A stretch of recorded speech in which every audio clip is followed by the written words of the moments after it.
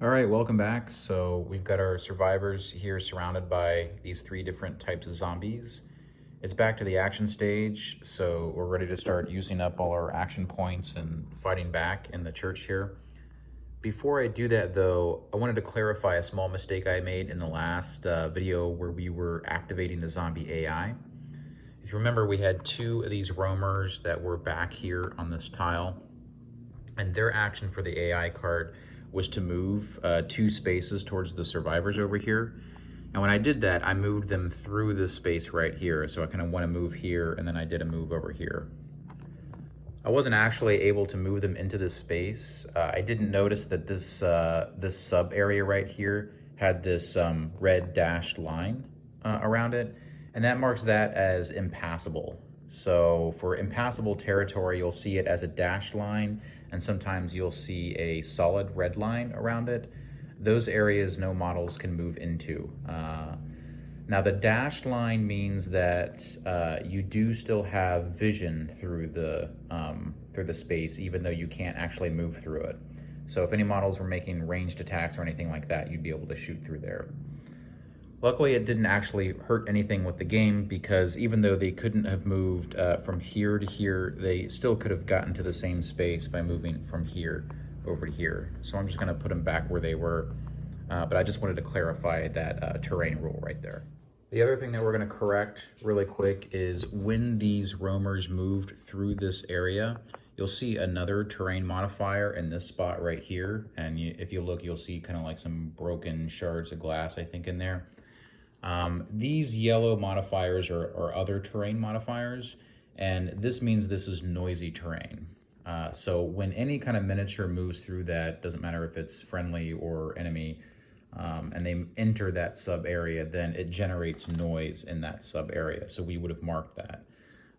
However, at the end of that threat phase, just for clarification, you still clean up all the noise markers. So there was really no need to put that noise marker down. Earlier, we also had some models that were in this space, and they moved over here, but they weren't actually entering a new space with noise in it. They were just leaving it, and in that case, you don't bother placing any noise markers there. So far we haven't messed anything up with the terrain, and we can just continue with our attacks. All right, so moving on, I've got a few options here on my turn. As far as the different zombies that are around us, I think this guy right here, which is the Howler, is the biggest threat that I would want to deal with first and try to take him out. That's because every zombie has a special ability that can sometimes trigger during the threat phase when they get to move. It's randomized. They don't always use their ability. But this guy has this Howl ability where he has the potential to alert other zombies and basically spawn more zombies into the map. So he's often a pretty good first target. This leader here is also pretty nasty, but I think I'd rather deal with the Howler first if I'm going to target somebody. But another option I have is actually to leave that space. So you can see all 4 of these guys are in that one sub area. And you can try to leave a sub area of the space that you're in, even if there's zombies there, but you'll have to make an attribute test to do that. I think that's how we're gonna start this turn, so let's start resolving that. So let's start with Shigura here. I'm gonna try to make a move action with him to get out of that space. And to do that, we're gonna need to make an agility test. So luckily, Shigura over here is one of the most agile characters in the game. He's got a 4 for his agility in the daytime. So that's going to give us 4 dice over here. And an agility test works like any of the other attribute tests we talked about earlier where you're looking for these green stars. Now, when you're trying to move out of a space with zombies and make that test, you also have to look at the zombies that are in there and look for this stat right here, this hand icon. And if they have values, this is going to negate your ability and make it harder to leave the area. So the Howler is not going to make it any more difficult, and neither is the leader. They're not very, I guess, grabby. So they're a little bit easier to escape that zone. So we'll get to roll our full 4 dice and try to get out of there. So let's do that really quick. And we did get a single star. We didn't excel at it, but we did get our single star that we needed. So for his first action, we do get to move out of that space, and I'm gonna go ahead and move him up here to this space. And the reason why I'm doing that is because you can see another terrain icon over there with that shield. This is just a more defensible position, so when the zombies start attacking us later in the threat phase, we're gonna get some extra defense by being in this spot compared to where we were over here. Marie is gonna try to leave that spot as well. She has her, her agility value of a 3, so here's our 3 dice. And I did roll this kind of off camera, it fell. So she did a really good job. She exceeded an attribute test there. And whenever we get more than 1 star on the attribute test, we get awarded one of these experience points called survival points. So we'll go ahead and mark that for Marie over here. So her action was successful and she's able to move over in this area as well. And now both of them are in a more defensible position, which is gonna make it a little bit easier later on. All right, so 3 actions are left for both of them. I'm just gonna have them start trying to attack this howler here, and maybe we can take it out before the threat phase as our first target. So let's just go ahead and start with Marie for the first action here. Now I did want to clarify one thing. You can see Marie has 3 actions left, and so does Shigura over here. When you're playing the game, you're allowed to mix and match which survivors take an action. They do have to fully complete their action before somebody else takes another action, but you don't have to do it in any particular order. We don't have to have like Shigura take all of his before Marie or anything like that. So it's up to the players however they want to interweave their actions like that. But we're pretty much just going to have a plan of using both of them to make attacks and kind of thin out the herd a little bit as much as we can here. So let's try some die rolls. We're going to do another attack, and I'm going to kind of show the process again really quick. So again, Marie is going to be using her knife in melee. And again, for melee attacks, you can either attack an enemy in your sub area or an enemy that's within reach. And within reach means any of the adjacent sub areas where diagonals account. So this diagonal does count, and she is able to target the howler over here. So she's making a melee attack, so that means she gets 2 dice. So we'll get 2 dice ready in the pool. Then we'll check the target that we're attacking, which is this howler, and see if he has any defense that would remove some of our dice from our pool. So this is the defense against melee in the daytime, and he doesn't have any for that. You can see if it was nighttime, he would remove one of the dice that we get to roll, but he doesn't have any extra defense right now. So we're gonna get to roll our full 2 dice. And again, since our health is currently green, that means the blood results that we're looking for are the green ones. Those are the only ones that matter. So let's roll our 2 dice. And we failed that one. And the other thing that happened in that was that we generated some noise. So we got this noise token over here. The skull doesn't do anything. That's only for when the zombies are attacking us. But since we generated some noise, we will drop that into the area.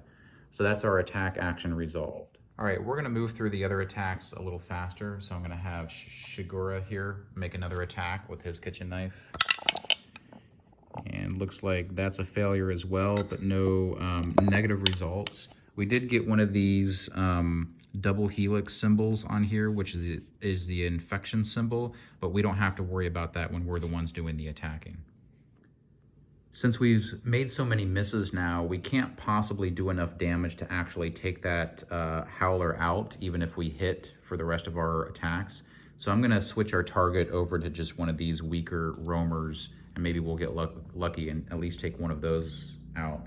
So we're gonna have Shigura make another attack. Let's just say this roamer right in front here. And we finally got a success over here with our green, so we'll go ahead and add a damage to that zombie. Let's see if Marie can finish that one off. So she's gonna take a swing, and that's a fail with no other results on there. All right, here's Shigura's last action. He's once again gonna try to take out our wounded zombie. And we succeed this time. So again, like we showed before, we've got 2 green stars, and that is enough to activate the special ability of the knife, to where if you roll 2 of these, you convert that into an actual success. So 1 more damage gets through to this roamer, which is the 2 that's needed to take him out. So we'll take him off the board, and then we'll replace him with a corpse token in the space where he died. And then finally, we'll give Shigura one, remove the dog hair here, one experience point or survival point, because that's the survival point reward that the roamer gives you when it dies. Marie only has one action left, and she doesn't do enough damage to be able to actually kill anything, even if she's successful with an attack. So instead of attacking, I'm gonna have her take a different action, which is to take up a defensive position. So she just spends her action in order to place one of these defense tokens next to her. And basically this is just her getting ready to defend herself during the threat phase. So she's a little bit better capable of defense when these guys go after her. All right, so all of our actions are done. Now we move into the threat phase. And of course, we don't have any survivors out in the city. They're all here in the church. So we skip the very first step, which is drawing a city event because there's nobody out there. And we move on to drawing our AI card to see what the zombies do. The attribute for this card is going to affect both the roamers that are out on the tile right now and the one leader that's out on the tile. And basically this is going to be a sniffing action, so that for these particular zombies, we're going to replace this last rule in their AI of it doesn't move, and it's going to instead move towards the closest prey. So we can start resolving these guys in turn order.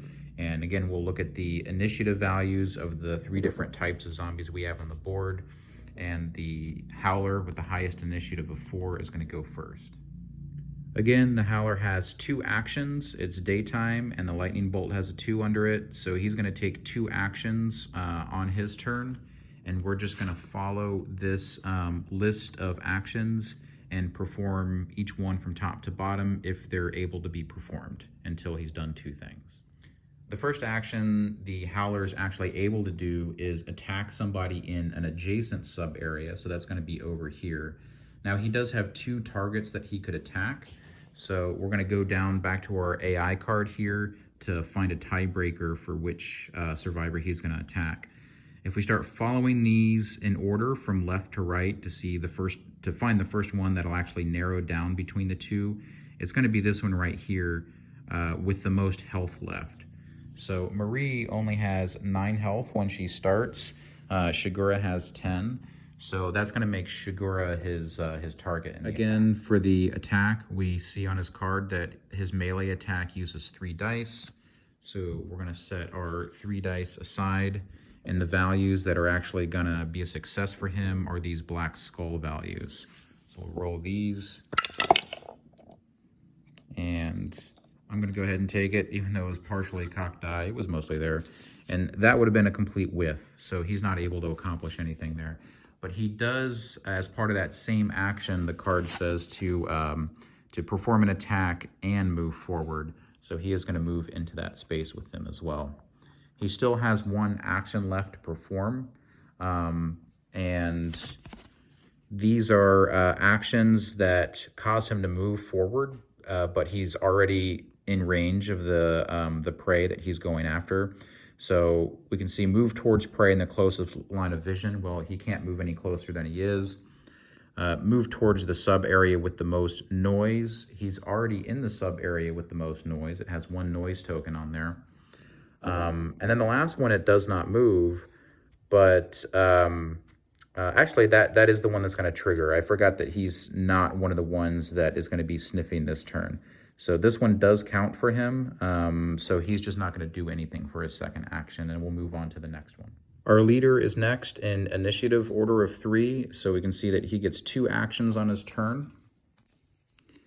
So the first thing that he's going to do is also perform an attack against these 2, one of these 2 survivors in an adjacent area.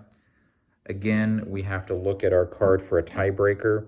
And this time, now they both, well, it gets down to the health again because they still have different amounts of health. She has 9, he has 10. So it's still going to be Shigura is going to be the target of this attack. The leader is a lot rougher in melee combat. You can see he rolls 4 dice for melee. So let's see what we get. We got lucky and we got another whiff. So pretty good for us. But as part of that same action, the leader also is going to move into that space. And the sound token is still in that space with them. It does get a little crowded in there. And we still have to take one more action according to the card. So he can't move any closer. He's already in the area with the sound token. And then this last action, it does not move. But because of this modifier here, we're working with the leader. We substitute it for move towards the closest prey. But he's also already in an area with the closest prey.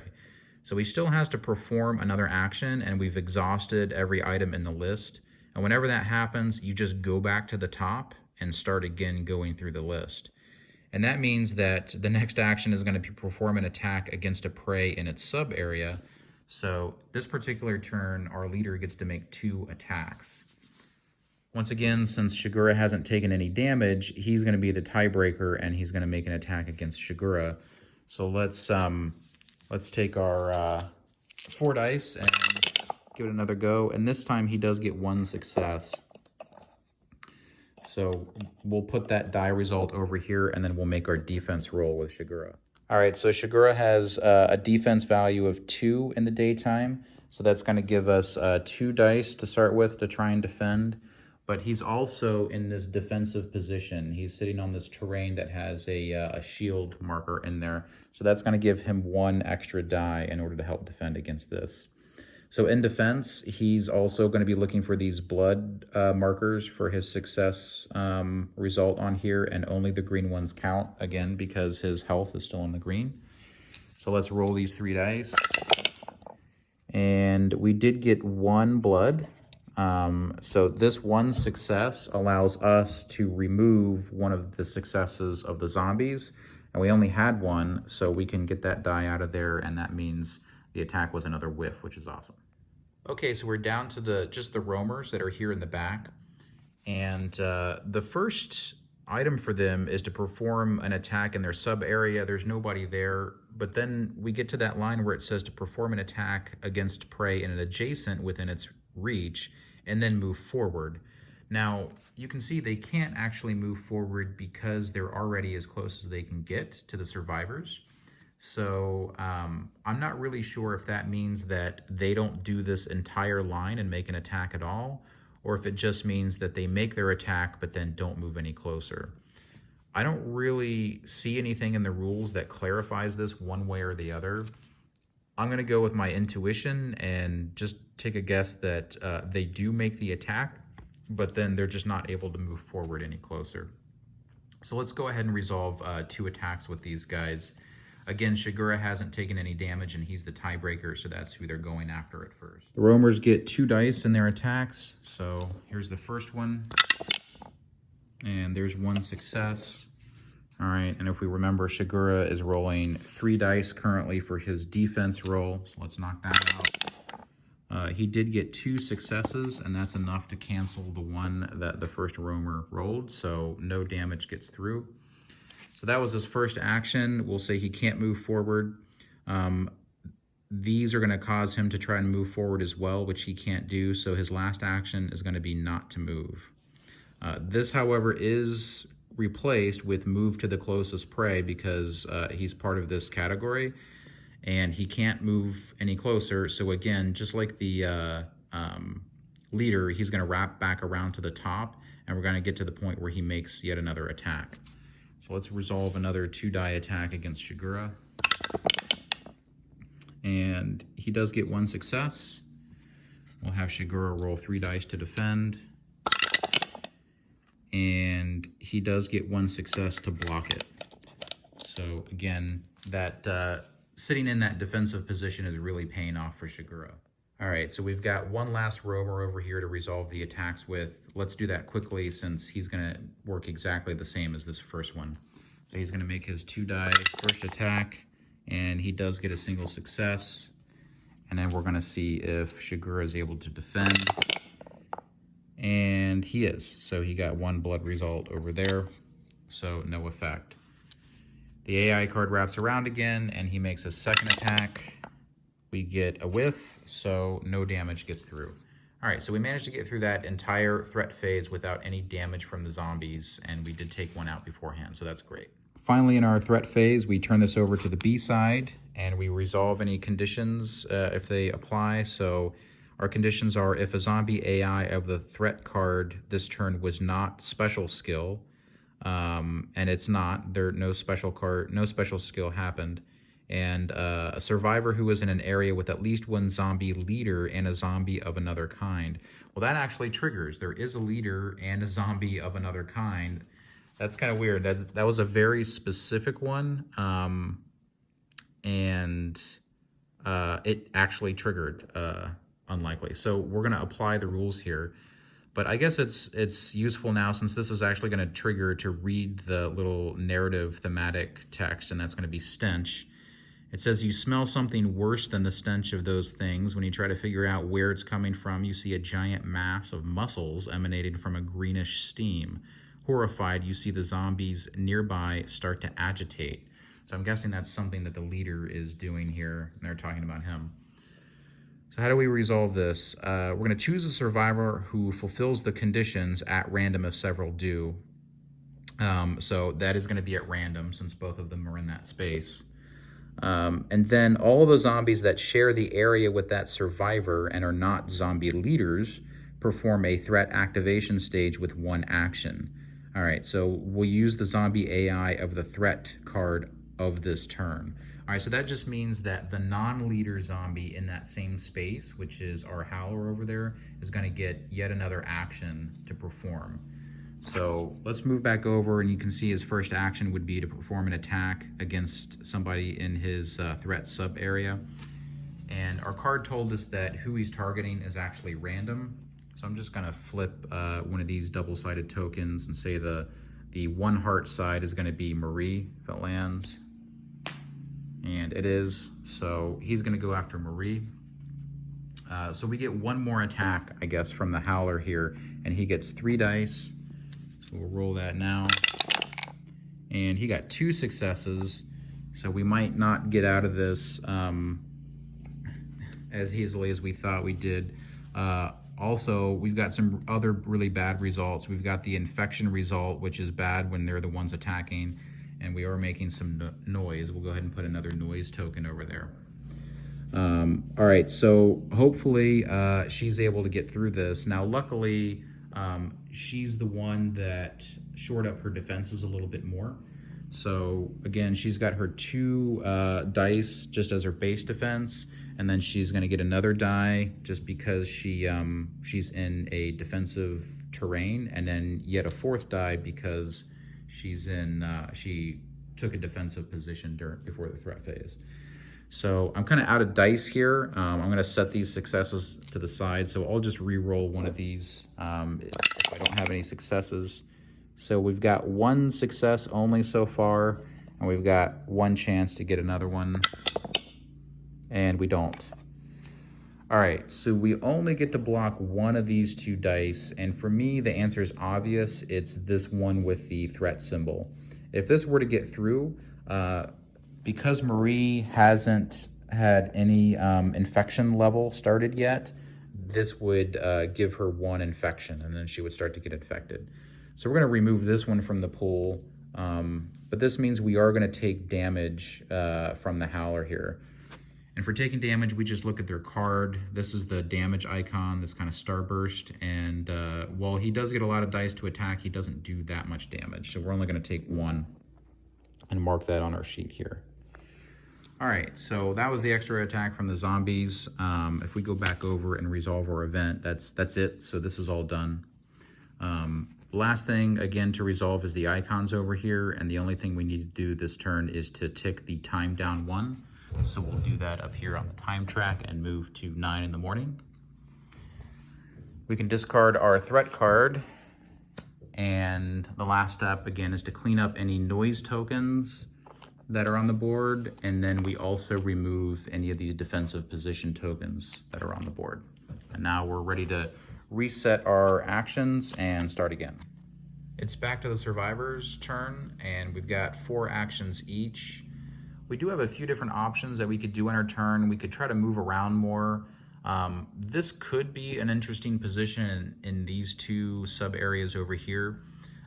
These binoculars mean that this is an elevated position and we would get a bonus, but we only get that bonus if we're using ranged weapons, if we're shooting ranged weapons from those spaces. So we don't have any ranged weapons right now. That's not really going to help us much. So all things considered, I think we're kind of already in the best spot. I don't think it's going to get much better than this. So let's just use our actions to keep making attacks with our kitchen knives and see if we can take these guys down a little bit more. I still really want to whittle down that Howler as the first target if I can. So let's start with Marie. Here's Marie's first attack. And she fails, nothing triggers, but she does get a sound token. So we'll put that in the space over here. Marie's gonna go after the Howler again. And we do get a success this time. So the Howler, again, doesn't have any resistance, so we get 1 damage through to the Howler over here. I'll just mark it to the side on the board. We need to get 4 damage before this guy's taken out, so we've got a long way to go. So there's Marie's third attack on the Howler. And again, we fail. Now, this time we rolled 2 noise icons, and of course we ignore the skulls since we're the one doing the attacking. We still are only going to place 1 noise token in the area. It's always a max of 1, depending on, no matter how many of those noise icons you actually rolled.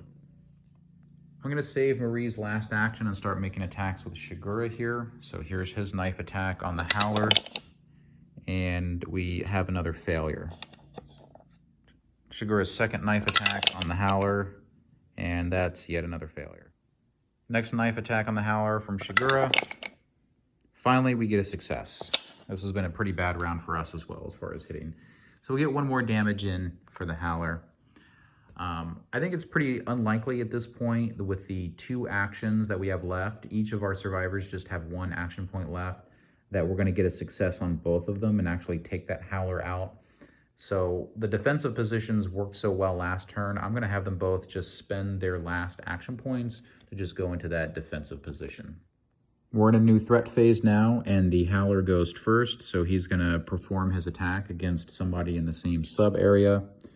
Our tiebreaker here is going to be whoever has the most health left, and that's still Shigura. All right, so the Howler is going to roll 3 dice to attack Shigura, and he whiffs. Excellent.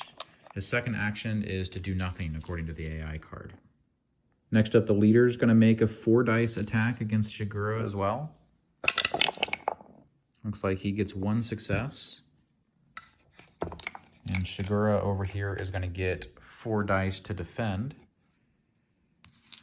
Good thing we have those defensive bonuses. And he gets 3 successes, so he's easily able to evade that and remove that. The leader did nothing for his second action, so now it's time to move on to these roamers. And they're going to do the same thing, so we'll do 1 roamer attack with 2 dice against Shigura. And that's a whiff. Our last roamer makes another attack. And we've got 2 successes this time. So he could actually get some damage in. Luckily, we've got those 4 dice to defend with Shigura. Let's see what we get. We've got 1 success only so far, but we still get to roll another one for our 4th die. And we get our other success. Excellent. So he defended himself successfully twice, so we do get to remove both of those dice from the pool, and Shigura's okay. That's it for activating all the zombies. You can see it goes pretty quick once you start getting used to the system.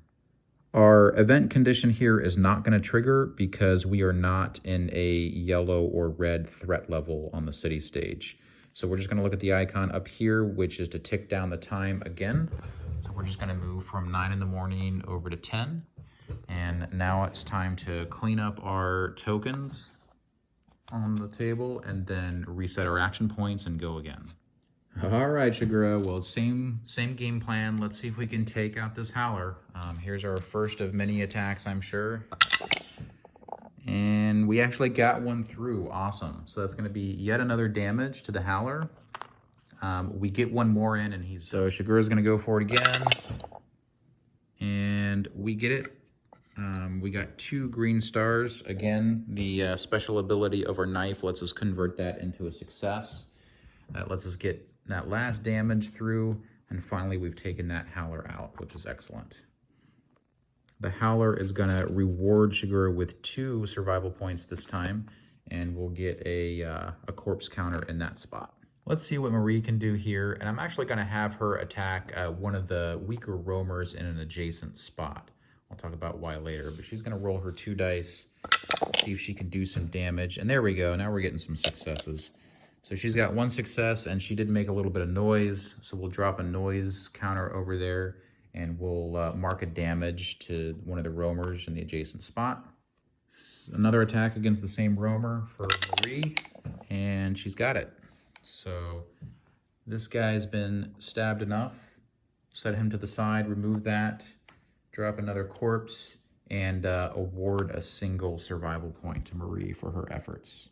Marie is going to make an attempt on that last roamer over there. So let's get our 2 dice, and we got it. 1 damage in. All right, let's have Shigura try to get that killing blow on the roamer over there in the adjacent area. And we failed that one. I'm going to have Shigura try 1 more time on that roamer. That does mean he's going to use his last action point, and he's not going to be able to increase his defense before the threat phase. But hopefully we can take that roamer off the board. Yep, we got him. All right, so 1 more down, yet another corpse token, and an experience point.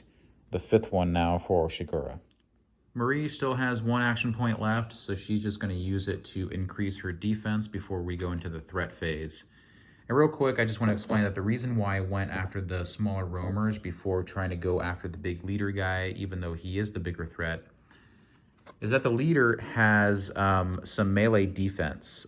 He actually removes one of the dice that we attack with when we try to attack him, which means for both of our characters, when they try to hit him, they're only going to be rolling 1 die. So I just kind of decided that I figured it was going to be so unlikely for us to take him out since he has 6 health over here that it's just going to be impossible, that I'd rather just clear off some of the other zombies from the board and just get it down to 1 zombie. So the threat phase has begun, and there's nothing really special for this particular card, no special attributes for our leader that's on the board. And the list of instructions is the usual one that we're familiar with. So first action for the leader, 1 of 2, is that he's going to target one of our survivors. And again, the one with the most health left is going to take priority, so that's Shigura over here. 4 dice melee attack from the leader after Shigura, and he does get 1 success. So we'll put that over there. And then we'll roll the 3 dice, the 2 that he gets innately and the 1 just from the terrain for Shigura to defend against that. And that is going to be the 1 success that we need in order to remove this, and no damage gets through. His second action is going to come all the way down to doing nothing. Basically, he does not move. Our event this time is going to trigger now that the leader's done moving. The condition was whether or not a survivor is located in an area with a noise token, and that is true right now. So this is called They Arrive from Other Areas, which does not sound super great. Right when we were calling them down a little bit. Did you forget that noise attracts those things? So this is going to have us pick a survivor at random, since both of them are in the spot with the noise token. And since we're in a location area, we're going to go look up the placement rule number 173. And as we can imagine, that's probably going to spawn in more zombies since we made noise. Shigura won the coin flip here, so he's kind of, I guess, the targeted survivor. So let's go look in the book for placement rule number 173 and see what we're supposed to do. Placement 173 is really simple.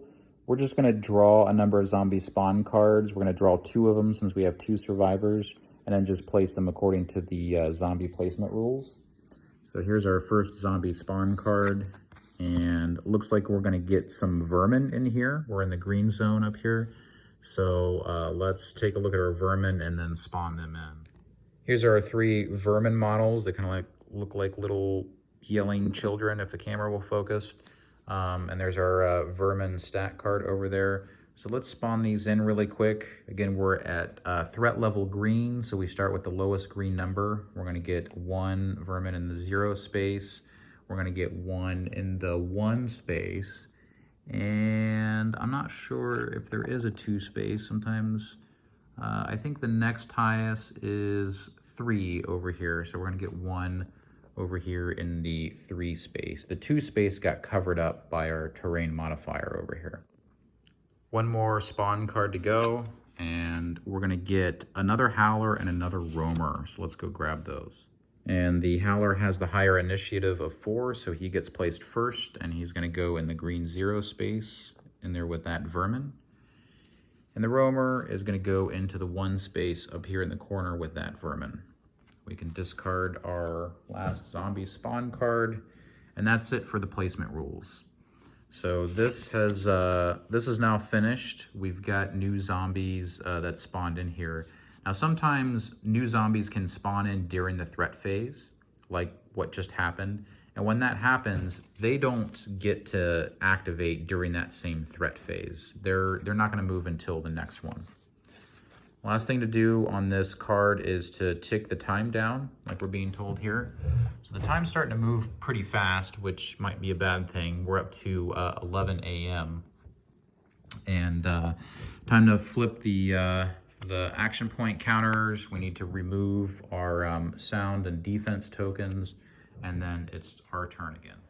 Well, we're back in the action stage, and even though we haven't taken any physical damage yet, it's kind of unfortunate that all the hard work we've done calling the dead, we can see all the dead corpse tokens laying on the ground where all the murder is happening, has just kind of been undone because we made so much noise in the process that we've attracted a whole new group of zombies in, and we're kind of back to square one again.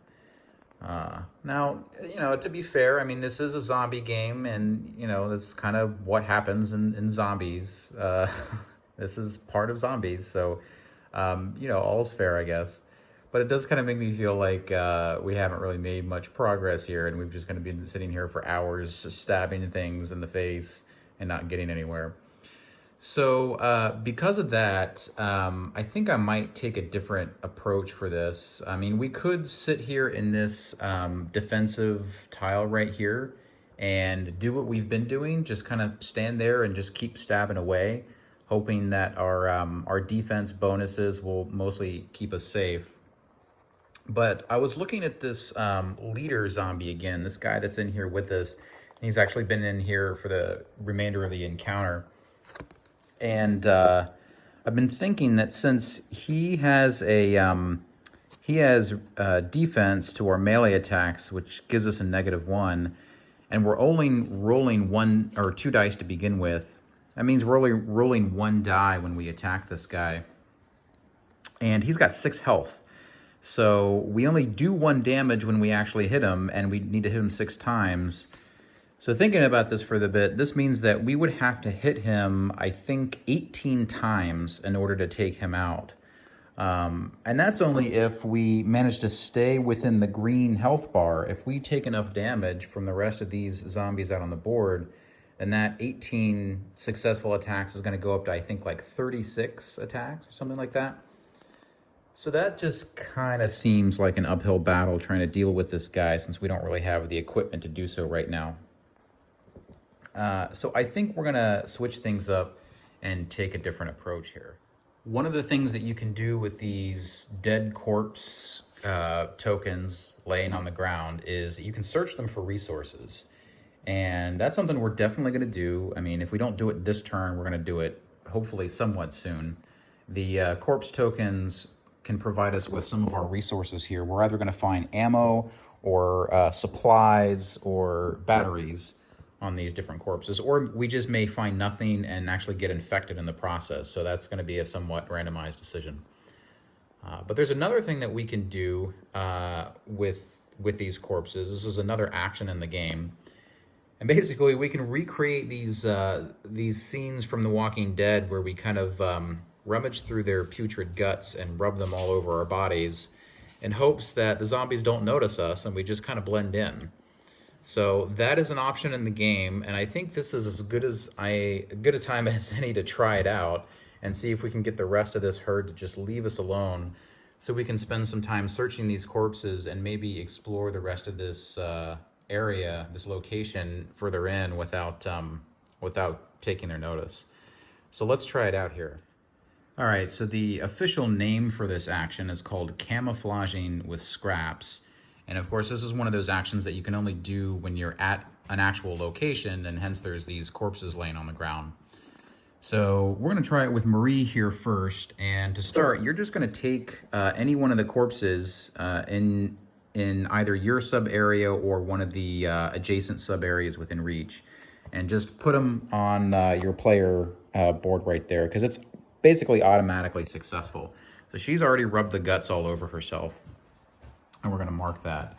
But the next thing that we're gonna do is we're gonna take 3 dice and roll them and hope that we don't get any of these infection symbols, because if we do, our infection level is gonna go up because of all the putrid scraps.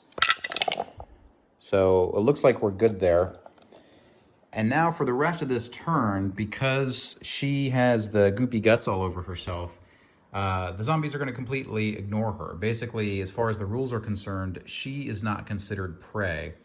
So unless she actually attacks them, or there's some kind of rules exception that pops up through the random events, she can go about her business without worrying about the zombies. All right, so now we'll have Shigura slap some innards on his person. He's just going to grab a token. We'll put it off on a sheet.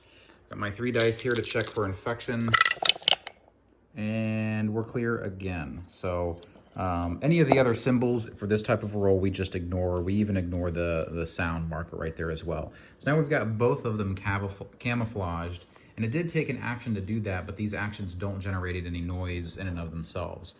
So now we're free to kind of walk around and do what we need to. And next up, we're going to try some searching. So let's have Marie search this corpse over here, which is also within reach.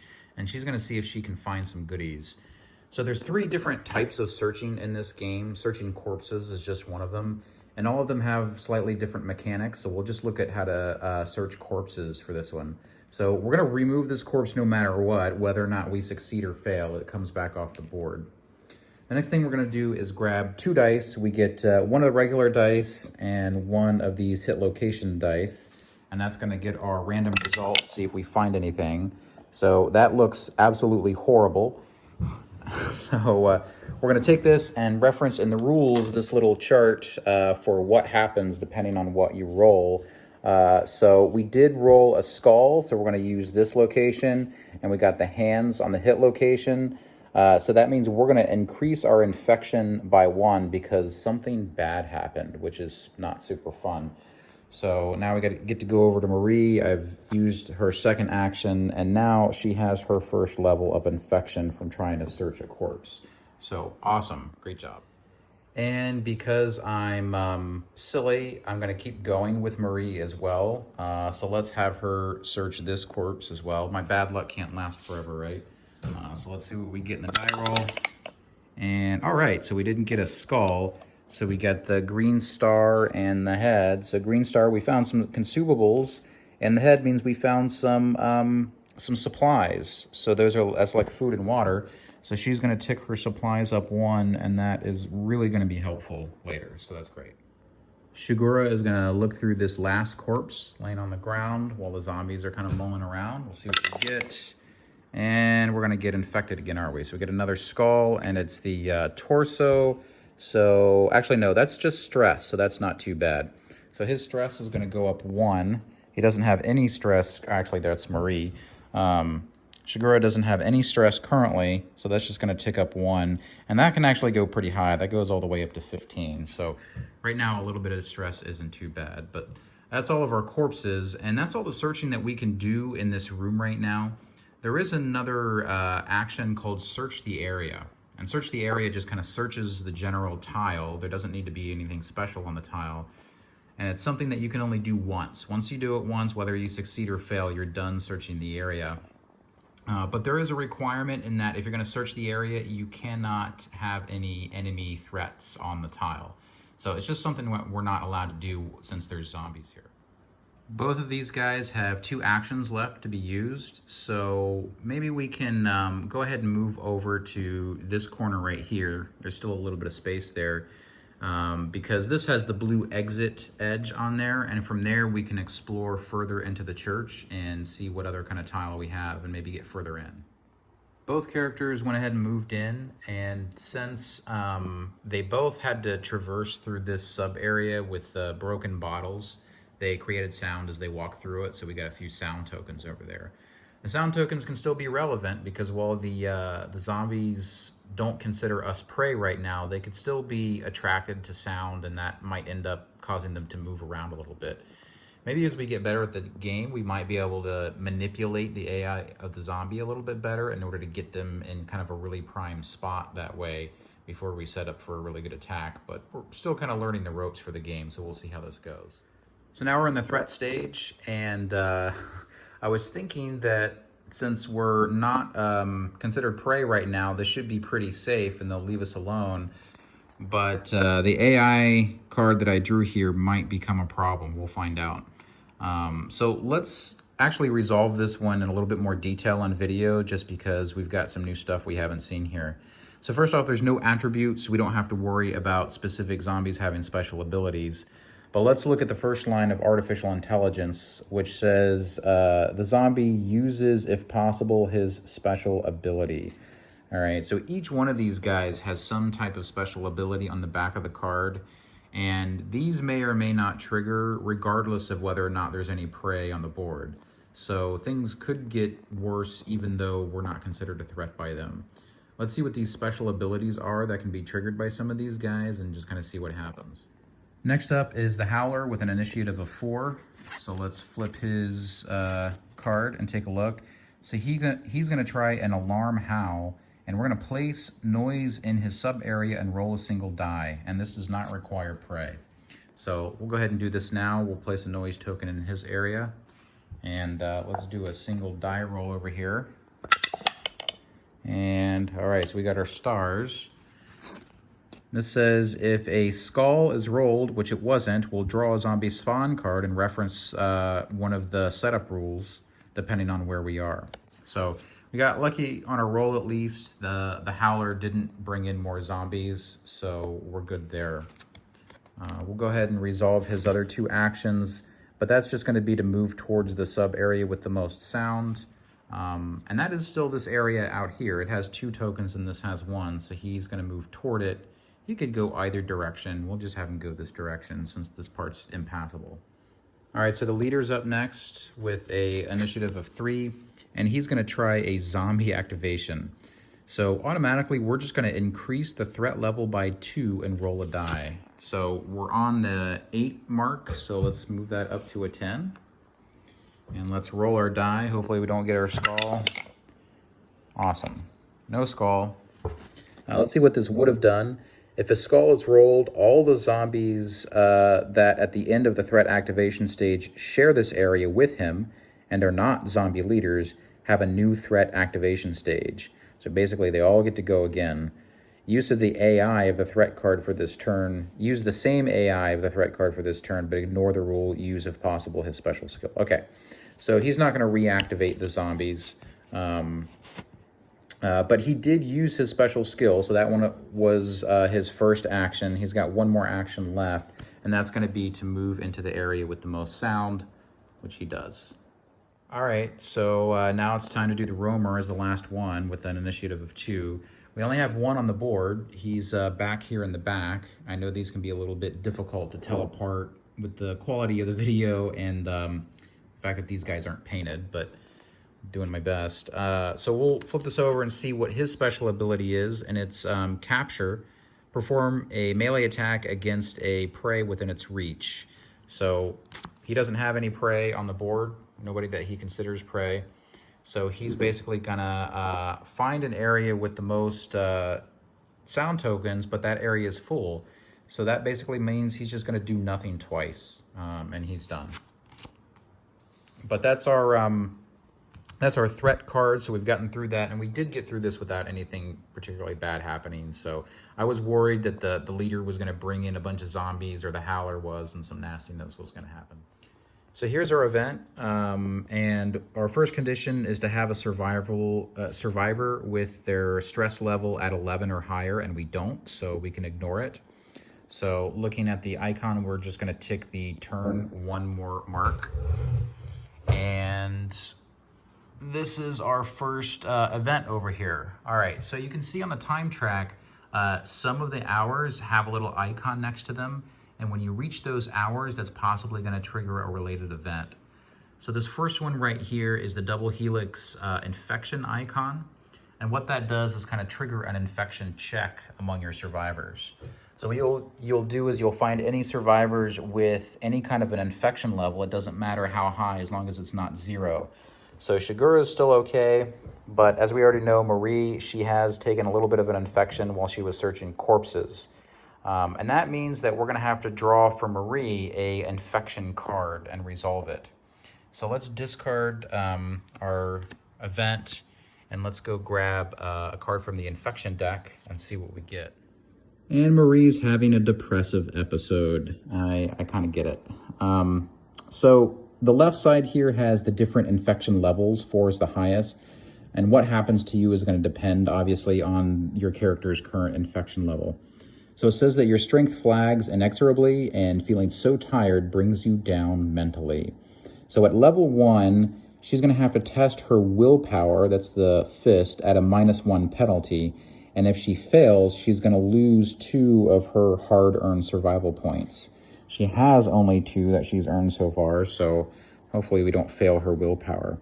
Now, luckily, if we look at her sheet, oh no, she does not have really high willpower. I thought that was one of her higher stats, so it's only a 2. That means she's only going to get to roll 1 die. That's too bad. All right, well, let's do it. Maybe she'll get lucky. So again, we're looking for the green stars because this is an attribute test and our stress level is still green. Let's see what we got. And we actually got it. Awesome. A green star. All right, so some of these cards, if they affect you, they'll kind of stick around for a couple turns and you'll just leave them next to your player board. But it looks like this isn't one of them. It doesn't have any kind of lingering effects. So we can just discard this and then move on with the rest of the turn. All right, so I've cleaned up all the threat counters and reset all of our action points. So we're back to the action stage again, and our survivors get to go. So I think what we're going to do next is we're going to do some exploring. Exploring can be used as an action. The rules for this are a little bit wonky in English. So honestly, I could be something slightly wrong with the exploring. As far as whether or not they're rolled into a move action or not. But looking at some of the examples, it looks like the Explorer action is one that you can take at 0 cost, so you don't spend any of your action points. But you can only do it if you're in a space adjacent to an unexplored area, which we are. So we're at the church, which is this location, and we're on the very first tile. But if we go back to our location card, the church consists of 2 areas.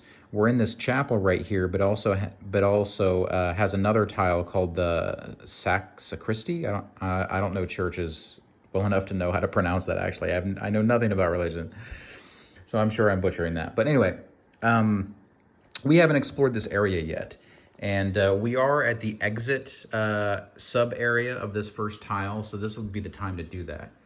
So if I'm understanding the rules right, and I kind of go back and forth on this because sometimes they make it seem like it's just part of a move action that explorations happens automatically.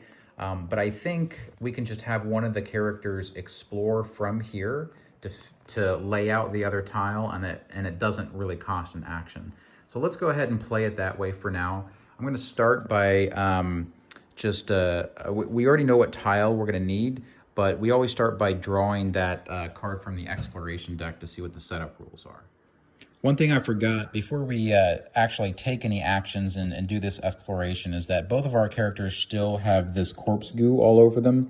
And when you do this, it lasts for 1 round, basically. But then at the beginning of the next round, you have to decide whether or not you're going to continue trying to camouflage yourself with zombie guts.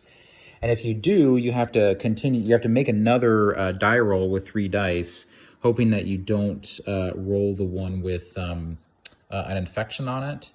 And if you do, your infection rate is going to increase no matter what it is. So that's a 1 in 6 chance on each of these dice, but since you're rolling 3 dice, we're going to basically be a coin flip as far as whether or not we get infected. I think at this point, since we actually have our 4 action points left and we'll be able to move away from this group of zombies a little bit, I don't want to take the risk of getting even further infected. So for both of them, I'm going to decide to not continue camouflaging. So I'm just going to remove the markers. So our exploration starts with something fairly ominous, and I am having Marie doing the exploration. It says you squint your eyes to get a better look when a light flashes and something pounces on you. You make a desperate move to try and avoid it. Follow setup rule number 5. Then the survivor who explored performs an agility test. Well, this sounds kind of similar to what already happened to us when we first came into the church, something pouncing on us as soon as we go in. So let's go look up setup rule number 5. All right, so I've gone ahead and set up the sacristy. I did look that up on the internet. Now I know what this is. And apparently it's where the church tends to keep their valuables, maybe valuable documents and holy relics and things like that. I used the setup rules. I did all this stuff off camera. I'm guessing that you've seen this enough times now where you get the idea and you understand the procedure.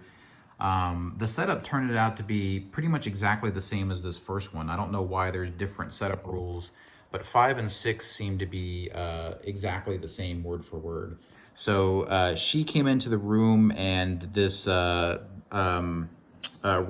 was kind of in the dark and kind of lurched out and grabbed her arm.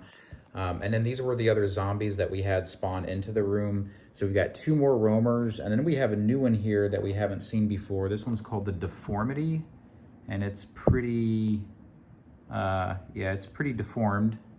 It's gonna be one of the tough ones.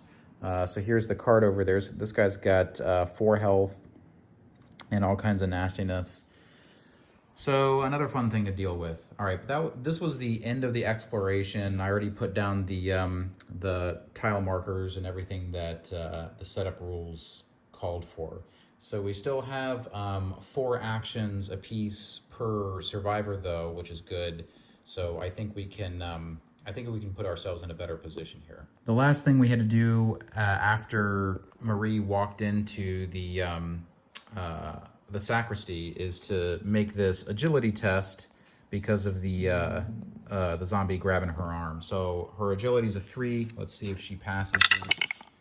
And she passes it with 2 stars. So that means she gets her bonus of an extra survival point. And let's check the results. You dodge the roamer and it falls clumsily, nothing happens, which is excellent because if we would have failed, she would have been exhausted and all 4 of her ready to go action points would have been gone and she would have been a really tough spot to just get surrounded and pounced on. Okay, so it's our turn and we do have 1 spot over here in the corner that we could try and take a defensive position if we can get over there. The other thing I noticed is that there's no exits out of the sacristy in this room. So if we want to leave this location and go back out to the city, we're going to have to fight our way back through the zombies and go back out of the main entrance to the church. So this is the entire location, and we're going to have to decide whether or not we want to go further in and actually try to fight all these guys just with our knives, or maybe abandon this place and try to find something a little bit juicier. We're going to decide to cut and run. Live and fight another day, I guess. So after thinking about it for a few minutes, we still have this really nasty leader over here. And now we have this Deformity over here, which is also kind of nasty and has a lot of health. And we just have our bare kitchen knives. We haven't been able to get lucky and get any kind of items that help us in combat. So we're going to have to take all of these guys down just with our basic knives. Neither of us are really that deadly with our knives, so it's just going to take a lot of work, and we'll have to clear these zombies out completely if we even want the ability to search these areas to try to find something. So I just kind of see this as maybe an enormous waste of time and resources to fight these guys off. Now, we are going to incur a penalty by abandoning this place while zombies are still here. It's going to raise our threat level, but I think we've got some survival points that might be able to help with that. So we'll see how those mechanics work in a bit. So we're gonna just do some move actions. We do still have 4 points of movement for each character. So I'm just gonna move them each towards the entrance again. We're just gonna try to make our escape out of here. We do have this impassable tile right here, or impassable sub area that we can't walk through. So let me make sure I can walk through that. Yeah, I can. All right, so that'll be our path. We'll have Marie use all 4 of her actions. She is gonna have to do an agility test to see if she can break away from this roamer first though, before she moves. So she's gonna roll her 3 dice and hopefully pass. And she does, awesome. So she gets to move into here. All right, so that's gonna be 1, 2, 3, 4. We're gonna put them in this defensive spot since we can't completely get out of the church.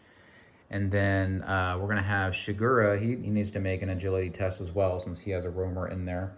His agility is a 4, which is even better. So we should be able to get this. And we did, actually just barely on 1 die. All right, but he's also gonna do a 1, 2, 3, 4 to get over into her space. I know the camera work was a little bit bad on that, but we did end up having both of them walk through this tile though, which generates some noise on the broken bottles. So we'll put a couple of sound tokens there to mark both of the times that happened. So, all right, both of them have used all their points. So now we're just gonna go through a threat phase and hope that we can still get out of here on the next turn.